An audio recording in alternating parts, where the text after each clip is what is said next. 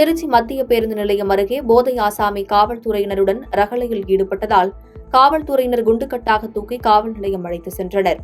திருச்சி மத்திய பேருந்து நிலையம் பகுதியில் மதுக்கடை செயல்பட்டு வருகிறது.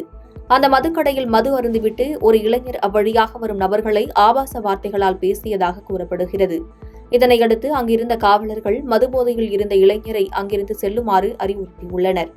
ஆனால் அங்கிருந்து செல்ல மறுத்த இளைஞர் காவல்துறையினர் மற்றும் அங்கு சுற்றி நின்றவர்களை தகாத வார்த்தைகளால் கொச்சையாக பேசி தகராறில் ஈடுபட்டுள்ளார். உடனடியாக காவல்துறையினர் அந்த இளைஞரை விசாரணைக்காக அழைத்தபோது விசாரணைக்கு வர மறுத்து சாலை நடுவே அமர்ந்து கொண்டு மதுபோதையில் ரகளையில் ஈடுபட்டார். இதனால் திருச்சி மத்திய பேருந்து நிலையத்திலிருந்து வெளியே வரும் முக்கிய பேருந்துகள் வரிசையாக நின்றதால் போக்குவரத்து நெரிசல் ஏற்பட்டது. இதனால் இளைஞரை காவல்துறையினர் குண்டுக்கட்டாக தூக்கி காவல் நிலையத்திற்கு அழைத்து சென்றனர். இதன் காரணமாக அப்பகுதியில் பரபரப்பு ஏற்பட்டது. பாதகம் செய்பவரை கண்டால் நாம் பயங்கொள்ளலாகாது பாப்பா. மோதி மிதித்து விடு பாப்பா, அவர் முகத்தில் உமிழ்ந்து விடு பாப்பா.